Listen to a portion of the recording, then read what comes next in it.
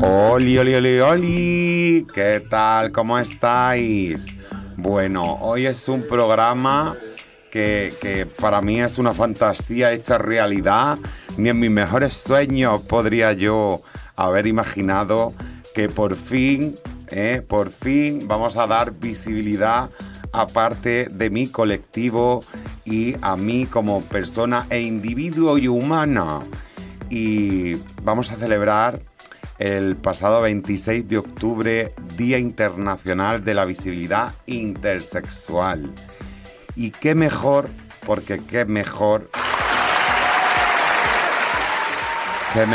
que tener aquí a esta, para mí, eminencia, porque para mí es admirable. Es una persona maravillosa que la vida me ha puesto y la UAL me ha proporcionado. Hay una larga lista y la voy a decir absolutamente toda, lo siento. Grado en enfermería, grado en psicología, grado en educación social, máster en psicología general sanitaria, máster en ciencias de la sexología, máster en formación del profesorado de la rama orientación educativa, docente del grado de enfermería en la Facultad de Ciencias de la Salud de la UAL. Y nominado a Mejor Docente de España en los premios Educabanca de este año 2025. Tengo el honor de presentar a Cristian Rodríguez Balbuena. Hola, Cristian. Hola, ¿qué tal, Marta? Muchísimas gracias. De verdad que para mí es un orgullo tenerte aquí conmigo hoy. Es un orgullo ser compañera tuya. Y también, bueno, compañera de radio también y de facultad. Y la verdad que gracias por dejarme este ratito, por estar conmigo y por lo que vamos a hablar, que tú sabes que a mí es una cosa de las que me importa muchísimo. ¿Qué tal? Cuéntame, ¿cómo te va la vida aquí en la UAL? Bueno, pues me va, que no es poco, ¿no? Bueno, en primer lugar, muchísimas gracias por esta invitación. Para mí es un placer estar aquí contigo y poder hablar de este tema tan especial, ¿no? Es un tema muy desconocido y yo creo que qué mejor forma, ¿no?, de dedicar un programa e indagar un poquito más en el tema.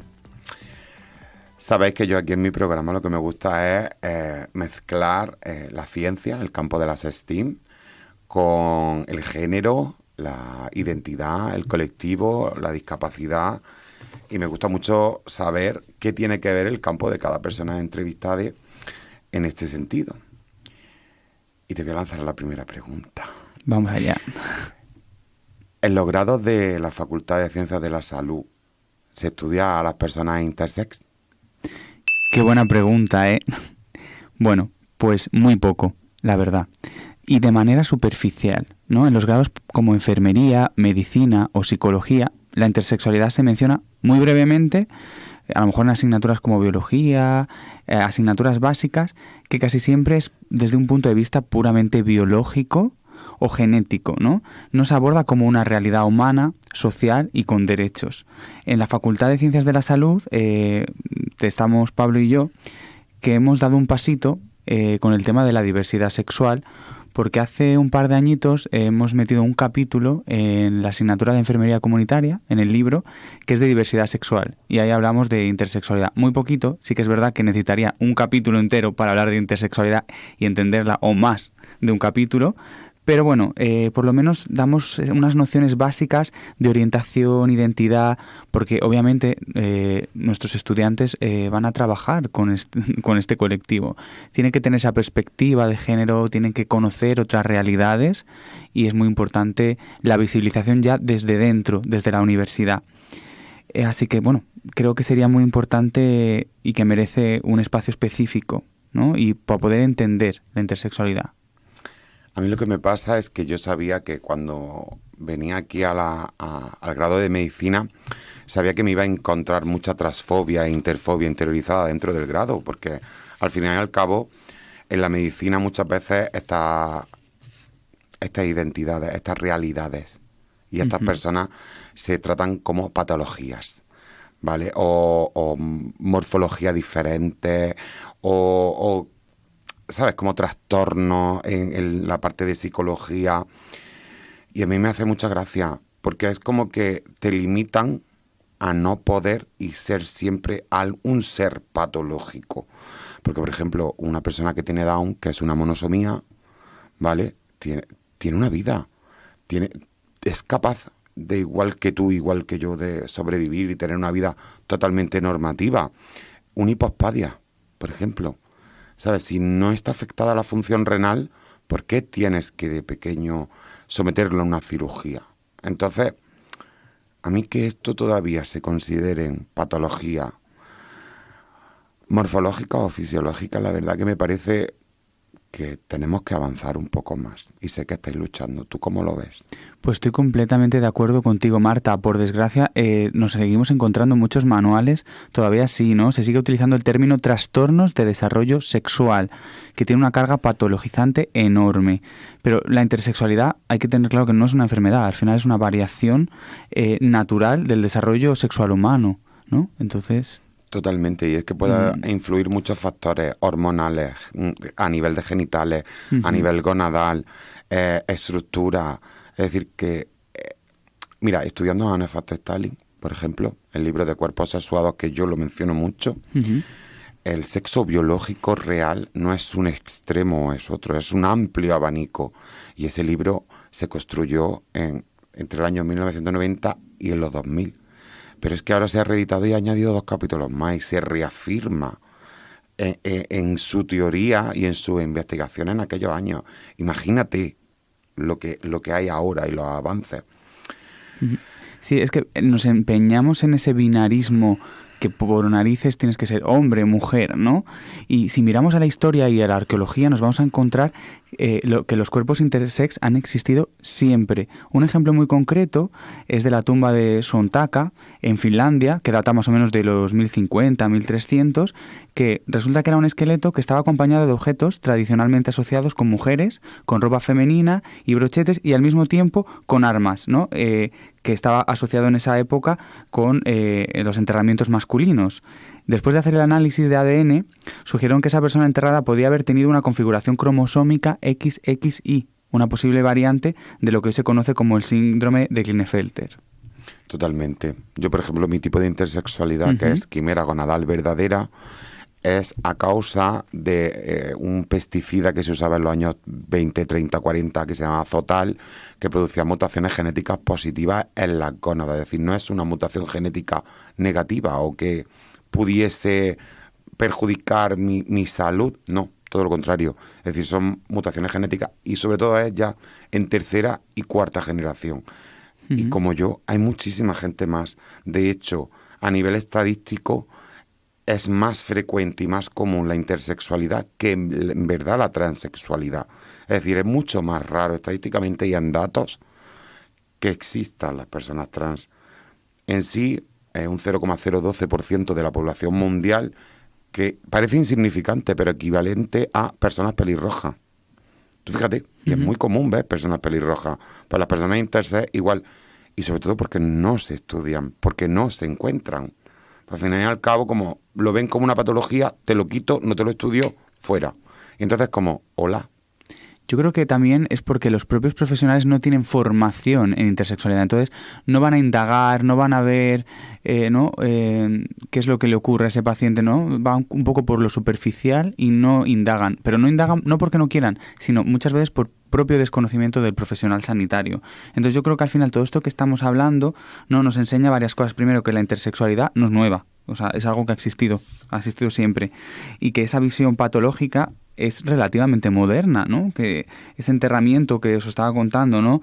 Que la persona fue enterrada con respeto, ¿no? De no borrar esas dos identidades, ¿no? Tanto la parte más masculina y femenina que se entendía en aquella época, y luego que las categorías binarias son un constructo cultural que varía en la época y en la sociedad. Y es verdad que ahora estamos con un movimiento muy extremista que intenta borrar y que intenta anular todo lo que se salga de la norma, y digo norma con comillas, ¿no? Porque ¿qué es la norma? Siempre me pregunto yo eso. Claro. ¿Qué es la norma? ¿Qué es lo normal?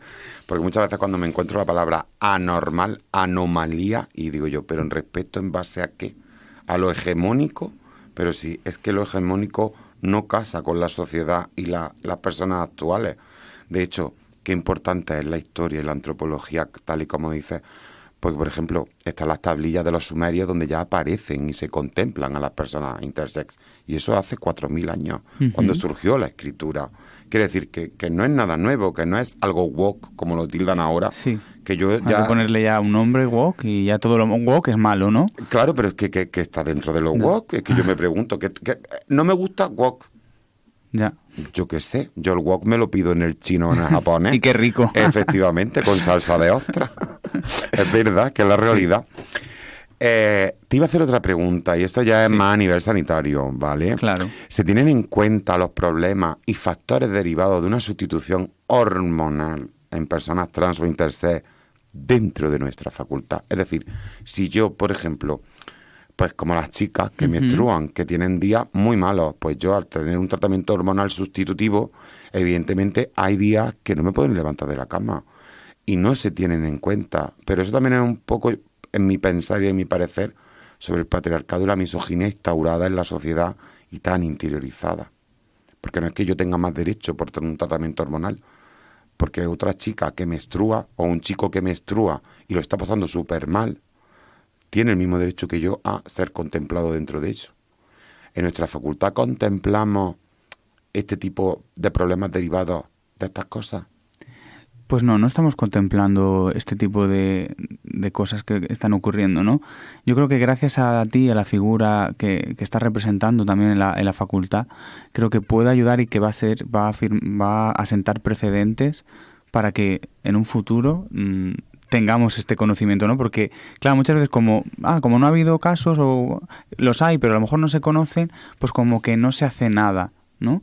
Y es verdad que es muy importante y se debería de explicar, sobre todo la parte de la terapia hormonal. Nosotros no explicamos nada, o por ejemplo de tratamientos. Sí que es verdad que, como comentaba en el capítulo de comunitaria, hablamos de los tratamientos, de los problemas, de las barreras que se encuentran en las personas del colectivo LGTBIQA+, pero sí que es verdad que no nos centramos y que no se conocen. Entonces creo que debemos de indagar, ¿no? Y vigilar esos efectos, ¿no? Tanto emocionales como físicos, porque, a ver, obviamente, y yo creo que mejor que tú no lo podrá decir nadie, los tratamientos hormonales tienen también unos efectos en el organismo, ¿no? Y, bueno, sobre todo ciertos riesgos cardiovasculares, de trombosis, de alteraciones, básicamente también a nivel óseo, ¿no? De osteoporosis. Totalmente. Es más, yo siempre abogo. Mira, vengo del state, del 12º state formativo de CREUP en Huesca.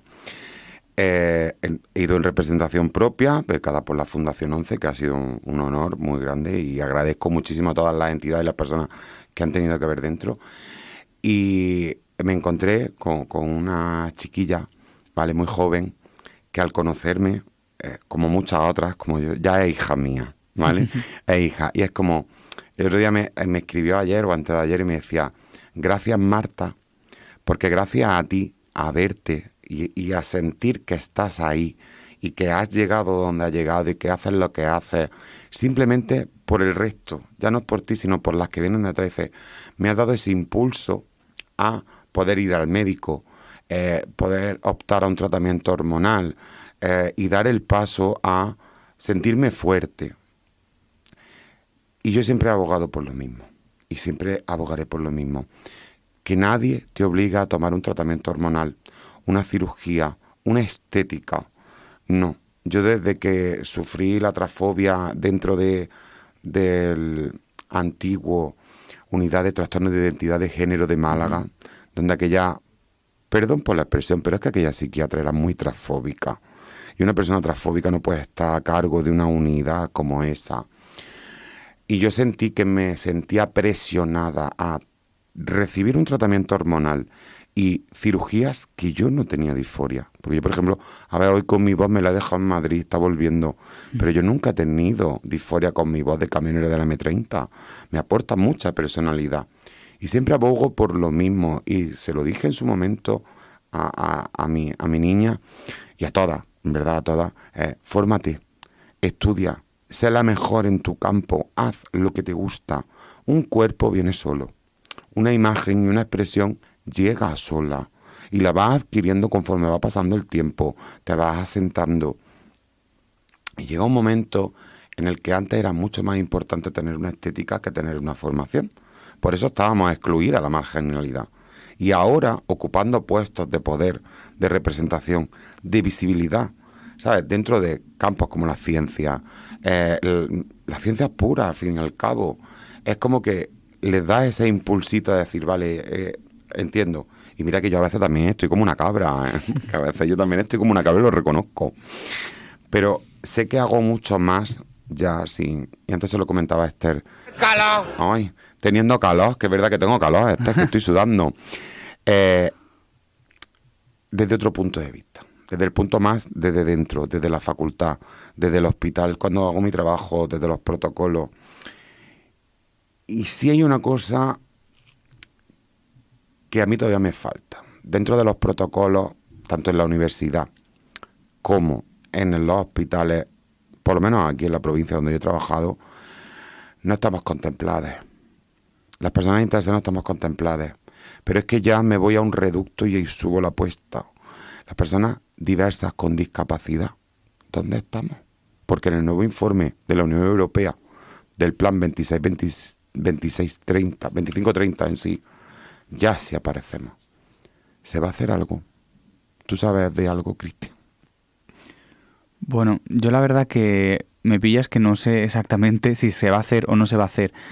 Porque claro, desde la universidad y desde la unidad de igualdad, que tú también perteneces, ¿no? Y colaboras con la unidad de igualdad, siempre se está intentando visibilizar lo máximo posible, incluir. Pero sí que es verdad que hasta el momento no existen esos protocolos, ¿no? Y deberemos de elaborarlo. Y sobre todo, las personas que estamos ahí al cañón somos las que tenemos más voz, ¿no? Y poder, por lo menos, dar los primeros pasos. Ya con dar los primeros pasos ya es algo, ya es ir avanzando, ya simplemente con que aparezca el nombre muchas veces. Luego ya pues ir haciendo actuaciones y visibilizando más con campañas y sobre todo aquí en la universidad, que es que somos además una de las universidades públicas, por ejemplo, en enfermería nos encontramos en el ranking, en el número 2 de las mejores universidades de España. Entonces tenemos que también fomentar la diversidad sexual.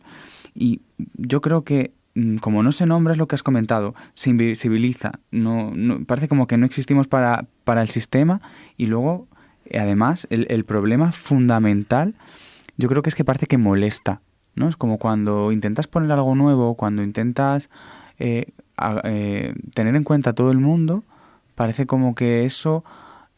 siempre va a haber alguien que diga, no, pero es que eso ya está, ya con todas las siglas, ¿para qué quieres meter una sigla más? ¿Para qué vas a meterla ahí? LGTBIQA+, pero esto se hace muy largo, ¿no? Y la gente cada vez es como no le ve sentido, o incluso con el lenguaje inclusivo, y luego ya ni hablar del tema de la diversidad sexual, o sea, no diversidad sexual, diversidad funcional, ¿no? Con la diversidad funcional, claro, porque muchas veces hay comorbilidades, ¿no? Tenemos personas que tienen diversidad sexual y diversidad funcional, y es como, ¿qué pasa, no? Con esas personas. Por eso abogo yo. Es decir, yo soy más... represento a esa parte del colectivo que tiene una diversidad funcional y que soy neurodivergente y que no tengo nada malo ni ninguna patología y que he demostrado, creo que de sobra, que puedo llegar a ciertos ámbitos que jamás ni yo misma hubiera contemplado en un futuro. Es decir, yo jamás esperaría estar donde estoy y representar lo que represento, evidentemente. Pero sí es lo que dice, es decir, que ya que ocupamos un sitio y hemos llegado, evidentemente estamos formados, realmente estamos formados. Y entiendo lo que dice, y no es que te den... Para mí, al fin y al cabo, está en la foto, o que ponga mi nombre, no me importa. Pero que contemplen a las que vienen detrás de mí, a las personas que vienen detrás de mí, allanarle un poquito el camino. Esa es prácticamente mi intención.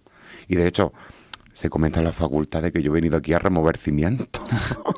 Eso lo sabéis, pero es que realmente es así. Simplemente con el mero hecho de venir a hacer mi grado y a estudiar, no necesito nada más.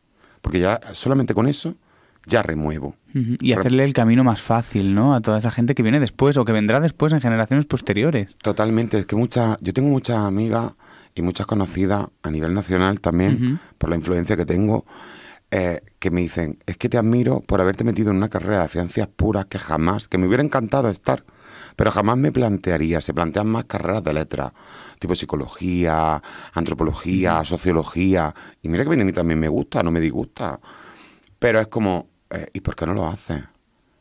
Porque me da miedo el ambiente tan rancio. Digo, pues elige un sitio donde no sea tan rancio. Pues yo, por ejemplo, estoy aquí y aquí rancia hay 4. Ujú. Verdaderamente, aquí somos súper inclusivos, somos súper abiertos, Muchas veces son también los prejuicios que tiene la propia gente del colectivo. Es decir, todos totalmente. tenemos prejuicios, pero la gente del colectivo también tiene los suyos, ¿no?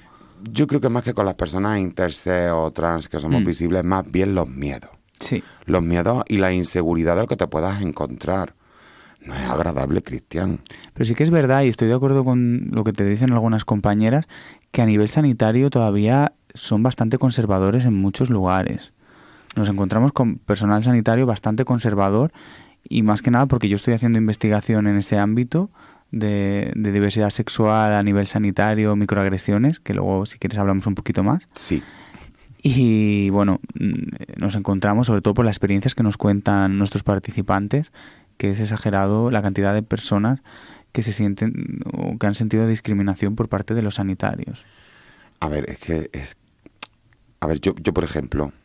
A ver, Ujú. yo siempre pongo ejemplos conmigo, pero es que con Claro. 40 años de experiencia, ¿con quién voy a poner ejemplos? Que no puedo hacerlo de otra manera.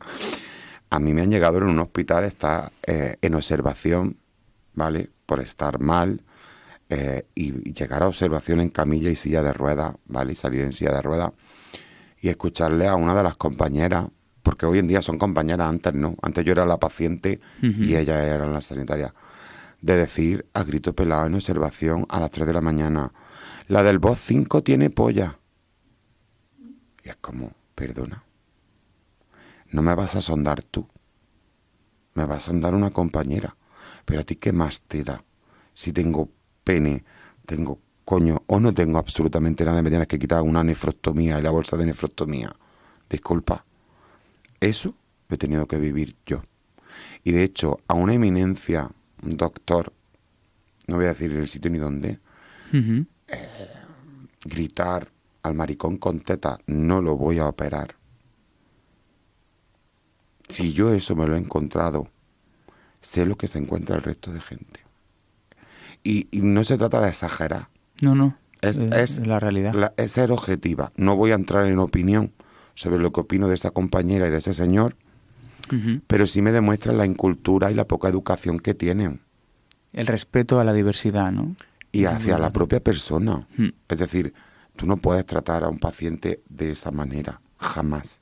A mí A no se nadie. me pasa por la cabeza como sanitaria, no se me pasa por la cabeza. Y yo creo que a ti también como sanitario, como enfermero Igual. y como docente, jamás se te ocurriría decirle a un alumno, tú eres menos por ser diversa. Yo no creo. Es que yo, personalmente, en un ámbito así, donde a lo mejor yo me puedo ver más vulnerable, que es la enfermedad, que encima de todo me discriminen por mi identidad, por mi biología y por mi ser. Hola. ¿Sabes? Y lo entiendo. Y me gusta mucho tu trabajo ese de las microagresiones y el trabajo que estás haciendo, que yo lo conozco, que no lo voy a decir si no lo quieres decir tú, pero me gusta mucho por lo que representa. Porque la gente no le da importancia a esas microagresiones dentro de ciertas letras del colectivo. Pero imaginaros que ahora le dicen a una chica lesbiana, mira, no te voy a hacer una citología, no vaya a ser que te guste. ¿Cómo os sentiríais? A una persona que es homosexual, mira, no te voy a tocar la próstata, no vaya a ser que te guste. Sí, por ejemplo, con esto que estás comentando, a mí me vienen a la cabeza de recuerdos de las entrevistas que yo realicé ya hace un par de años, justamente con el tema, por ejemplo, con una chica que entrevistamos que era lesbiana, nos contaba que ella había vivido en su propia piel como un ginecólogo le había dicho que ni a las monjas ni a las lesbianas las iba a explorar. O sea, imaginar, ¿no? Eso, o por ejemplo, otro de los participantes que era homosexual decía, bueno, es que yo fui por un estreñimiento y a mí me hizo una serología con VIH y todo. Es decir, a una persona heterosexual por un estreñimiento, ¿le harías una analítica completa con serología? O sea, para los que nos estéis escuchando serología, nos referimos a una analítica especial en la que vemos enfermedades, en la que vemos si hay infecciones de transmisión sexual, etcétera, etcétera. A mí, siempre que se no esté, eso es un estigma que arrastramos de los 80, verdaderamente. Porque la concepción de colectivo LGTBIQ+, y todas las letras que tú quieras, ¿vale? Está asociado siempre con padecer patología de TS, enfermedad de transmisión sexual. Y es como, ¿pero por qué me lo asocia? Si es que hoy en día un herpes, una sífilis, una gonorrea se puede adquirir en un baño totalmente público donde va gente. Es decir, le tengo más miedo al VPH que al VIH. Realmente es así. Porque comprendo lo que es el VPH, que es el virus del papiloma humano.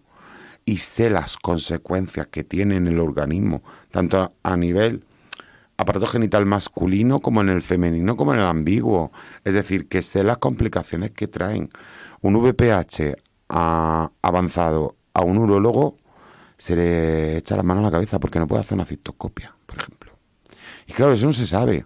La gente le tiene miedo al VIH. El VIH, una vez que tú eres indetectable, tienes más peligro tú de contraer otra cosa que de tú pegarla. Porque al ser indetectable con una medicación, olvídate que tú ya no vas a transmitir. Ahora, lo que te puedan transmitir a ti es mucho más peligroso.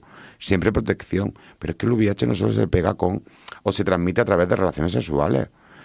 Es que yo conozco casos de transmisión de VIH por pinchazos en el hospital. Claro. Porque el enfermero o la persona X, vamos a decir enfermero, pero que hay mucha gente que no es enfermera, se pincha y pincha por tal de joder. Es decir, como yo lo he pillado, también lo va a pillar el resto del mundo. Y es como, hola, eso lo he visto yo. Y esos casos me han llegado a mí como decir, ¿qué hago? Pues ¿qué haces? Pues controlarte, ir a medicina interna y sigue viviendo, cariño, no se acaba el mundo, ¿me entiendes? Ser VIH positivo indetectable no se acaba el mundo. Pero, por ejemplo, yo sí le tengo más miedo al VPH. Y, por ejemplo, mira, hablando de estas cosas, en las jornadas había una furgoneta ahí, maravillosa, para hacer pruebas de detección de ETS. A mí todavía me parece una barbaridad que esa furgoneta esté ahí. ¿Quién se va a hacer una prueba delante de todo el estudiantado y la comunidad universitaria para saber si tiene algo o no? Por mucha intimidad que tenga. No hay intimidad. Y lo digo porque hace un par de años dije, voy a hacer la prueba. Y cuando vi que decían, no tienes nada, así, delante de todo el mundo, era como, pero a ver, por favor, o sea, ¿dónde queda la intimidad? Que me parece muy bien que se promuevan estas campañas y que la gente, y que se haga de forma gratuita, y que la gente, pues se pueda hacer la prueba y tal, pero garantizar una intimidad. No puedes coger y gritar, no hay nada. Entonces, si de repente viene alguien y le meten para adentro, entonces ya sabemos que es que esa persona le ha salido algo. Claro. Entonces, no se pueden hacer así las cosas. Eso tiene que cambiar. Y luego, ya no es eso, sino que aunque lo hagas dentro del apartado, cuando tú le comunicas a esa persona que ha dado positivo en cualquier de las ETS que están examinando, ¿con qué cara sale? Claro, y aparte el acompañamiento, ¿no? Porque imagínate que ahora va uno de los estudiantes y pues le sale algo. Y a lo mejor, vamos a poner un ejemplo, una sífilis, ¿no? Porque normalmente suelen hacerte de VIH y sífilis, otros no suelen haber. Las pruebas así rápidas es lo que más se suele hacer, VIH, sífilis. Imagínate que le sale una sífilis, que tiene tratamiento, que tiene solución, pero una persona que a lo mejor no tiene conocimiento, un chaval o una chavala de 18 años, ¿no? El miedo. Tiene que haber también un acompañamiento, alguien que explique. Totalmente. Pero es que me parece todavía... Yo siempre subo la apuesta. Sube. Subo la apuesta. Yo este año tenía que hacer práctica. No la voy a hacer porque no he cogido asignaturas que tenga que hacer práctica. Pero me parece una barbaridad. Te lo juro de verdad. Es que ya lo he dicho en un programa anterior y ahora, ya que estás aquí de Ciencias de la Salud, me parece una barbaridad que por una ley del año 78, porque ya había informado y hablado con la persona que tenía que informarme, tengas que hacer una declaración responsable de que tú no tengas ninguna enfermedad infectocontagiosa a la hora de ir a hacer las prácticas. Y es como me decía Javier Estrella, que fue con el que lo comenté, que es el presidente del Consejo de Estudiantes. ¿Para qué están los EPI? pues si nos ponemos guantes, patas, mascarilla, entramos en un quirófano que parece que se acaba el mundo, tú no vas a transmitir nada. Y ya no es eso, es que tú no, como alumno en práctica, en la carrera, formándote, tú no tienes que tocar pacientes. Y ahora, con esa información tan sumamente sensible y delicada, ¿qué vas a hacer? Porque evidentemente si ahora te llega cualquier alumno y dice, pues mira, tengo hepatitis C y VIH, ¿qué haces? ¿Los expulsas de la carrera? ¿Los echas de la universidad? ¿No le dejas hacer prácticas? ¿Le convences para que se cambie de carrera? Menuda discriminación, es que yo lo veo impensable. Claro, pero es una ley del 78 que se supone que se tiene que cumplir, eso hay que quitarlo. Yo ya lo tengo más que admitido. Como persona adulta responsable, yo el año que viene tengo sífilis, gonorrea, viruela que está erradicada, ébola, VIH, hasta el curu por comer carne, porque como me voy al McDonald's, no sé si es carne humana, pues tengo también el curu, porque responsablemente tengo que declarar que yo no sé en qué momento voy a contraer una enfermedad infectocontagiosa, hasta dentro de las propias prácticas en el hospital, Claro. perdona. Entonces es como, vale, pues si tengo que hacerlo realmente con todas las letras y ser responsable, pues mira, todo este listado de enfermedades infectocontagiosas las voy a padecer y las voy a tener en cualquier momento. Yo ya te lo declaro responsablemente, ya pescado, porque soy responsable.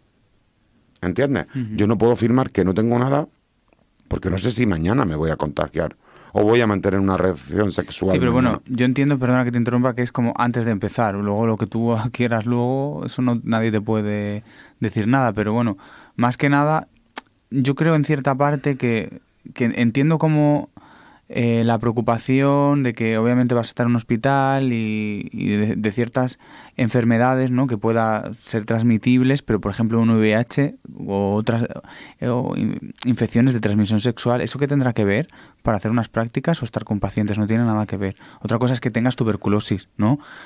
Por ejemplo. Pero es que mira, por ejemplo, tuberculosis la puedes pillar, a lo mejor sales de fiesta, te comes la boca con alguien y la pillas. Hola. Sí, o sin comerte la boca. Claro, Sí, totalmente. Y es decir, es totalmente aleatorio contraer una enfermedad de por ese eso, estilo. es que Otra cosa es que tú tengas una enfermedad el cual se transmite por fluidos y tú digas, mira, responsablemente no voy a ir a las prácticas porque pueda pasar esto. O tengas una tuberculosis, mira, el mismo ejemplo. Yo sé que tengo COVID, gripe o tuberculosis y me quedo en mi casa, no voy a las prácticas. Y en ese momento transmito la información al docente correspondiente. Pero no voy a declarar responsablemente de que no tengo ninguna enfermedad porque no sé en qué momento la voy a adquirir. Entiendo que es una ley del 78, también te lo voy a comprar, que es que estamos en 2025, Bueno, estamos aquí para cambiar y para empezar a modificar estas leyes que ya se están quedando muy antiguas y que no nos representan. Y te digo, cambiará. Para el año que viene cambiará. Te lo puedo prometer yo que cambiará. Venga, esperemos. Hombre, sí, ya lucharemos tú y yo y más gente. Claro que sí. Y lo último que te quiero preguntar, Cristian, me ha llamado muchísimo, pero muchísimo la atención uno de tus artículos, ¿vale? Que te voy a hacer dos preguntas sobre él, pero primero quiero leerlo. El artículo se titula Explorando las experiencias de microagresiones de la comunidad LGBTQ+, para una atención culturalmente segura, un estudio cualitativo descriptivo. Y lo que más me llama la atención sobre el artículo, que sé que has escrito en colaboración con otras personas, es la parte de las conclusiones, ¿vale? Me lo he leído y me encanta, pero la conclusión pone, este estudio revela las dificultades que enfrentan los miembros de la comunidad LGBTQ+, en el sistema de salud para garantizar la igualdad de atención a las comunidades vulnerables e integrar un enfoque de atención culturalmente seguro en la práctica de la enfermería. Y yo me pregunto, ¿dónde queda la I de intersexual? Porque no se puede ser todavía la I de invisibles. ¿Dónde está la I, Cristian? Muy buena pregunta, ¿no? ¿Dónde está la I? Bueno, pues el problema que nos encontramos actualmente es las muestras. ¿Dónde encontramos personas intersexuales? Muchas veces no las encontramos. Y básicamente porque hay mucha gente que será intersexual y no lo sepa, para empezar. Entonces, si no lo sabe ni la propia persona que es intersexual o que tiene algún tipo de intersexualidad, que hay muchas, ¿cómo vamos a encontrar a esas personas, ¿no? Si tampoco se visibiliza, si hay todas esas dificultades que hemos comenzado el capítulo hablando, ¿cómo las encontramos? Entonces, hay tanta dificultad, no es porque no se quiera incluir, obviamente, sino porque no encontramos. Claro, si no hay muestra. Si no hay muestra no podemos abarcar. Sería muy interesante y yo abogo para que se hagan estudios con personas intersexuales, ¿no? O directamente, o sea, centrados, porque claro, si no existe, lo que hemos dicho, ¿no? Si no hacemos ciencia con eso, ¿cómo vamos a visibilizar, ¿no? Y además creo que puede ser un buen hallazgo de lo que estabas comentando, pues que mucha gente a lo mejor ni sabe que lo es, y ver qué pruebas habría que hacer, crear un plan estandarizado para que todo profesional sanitario sepa cómo tiene que actuar cuando nos encontramos ciertas características que suelen ser comunes en las intersexualidades, o porque a lo mejor es una persona intersexual y entonces, claro, tiene cierta disforia de género porque no se identifica, ¿no? Lo que ahora mismo pues muchas personas que se definen como no binarias podrían a lo mejor tener una intersexualidad, porque es que claro, es como no me identifico 100% como un hombre, pero tampoco 100% como una mujer, porque comparto cosas a nivel físico, a lo mejor tengo caderas o tengo pecho, tengo una genitalidad ambigua, o no genitalidad, porque a veces no tiene por qué ser genitalidad. O gonadal, que no lo sepas perfectamente, pero claro, entiendo que... Cromosómica, claro. Ir haciendo biopsias de gónada, entiendo que no es... Sí, pero bueno, también tenemos otras pruebas, ¿no? A nivel de serotipo, ¿no? Podemos descartar ya ciertas cosas. Sí, a ver, ¿sabes lo que pasa? Que es que para mí ya el no binarismo es una identidad más. Es decir, está el hombre, la mujer, la persona no binaria. Y entonces dentro del binarismo hay como un gran abanico de posibilidades ambiguas, los cuales para mí ya es una propia identidad, ¿vale? Es un propio estamento, porque yo muchas veces paso por ambigua. Pues depende de la expresión de género que tenga. Si a lo mejor me he visto más masculina, simplemente por la voz ya me catalogan como hombre, aunque mi expresión de género sea femenina, me identifique como mujer, evidentemente sé que pasan esas cosas y comprendo cada vez más. Me costaba mucho, ojo, cuidado, pero cada vez comprendo más esa identidad del no binarismo y de no estar conforme con esa hegemonía, con ese patrón. Pero seguiremos luchando por abogar, así que este estudio habrá que corregirlo, ya te lo digo yo. Ese estudio hay que sacar uno nuevo, complementario. No es corregirlo, sino otro estudio similar donde ya aparezcan personas intersexuales y se pueda representar mucho mejor a todo el colectivo. Como siempre me dices, qué pena no habernos conocido antes, de verdad. Pues sí, porque podías haber sido muestra de nuestro estudio. Totalmente. Pues muchísimas gracias, Cristian. Gracias a ti por la invitación, ha sido un placer enorme estar aquí. Para mí visibilizar la intersexualidad es algo de lo que me abandero, de verdad que me abandero, y me enorgullece muchísimo que haya compañeros, docentes y gente implicada en que salgamos a la luz y ese tabú se vaya. Muchísimas gracias por hacerlo, de verdad. Gracias a ti, encantado de estar aquí y cuando quieras nos vemos de nuevo. Perfecto, pues nada, hasta aquí el programa de hoy. Como siempre, agradecer a Plural Plus, que este taller de radio está aquí abierto para toda la comunidad universitaria. Agradecer siempre a Radio UAL por darme este espacio y estar aquí conmigo, mi Esther de mi amor.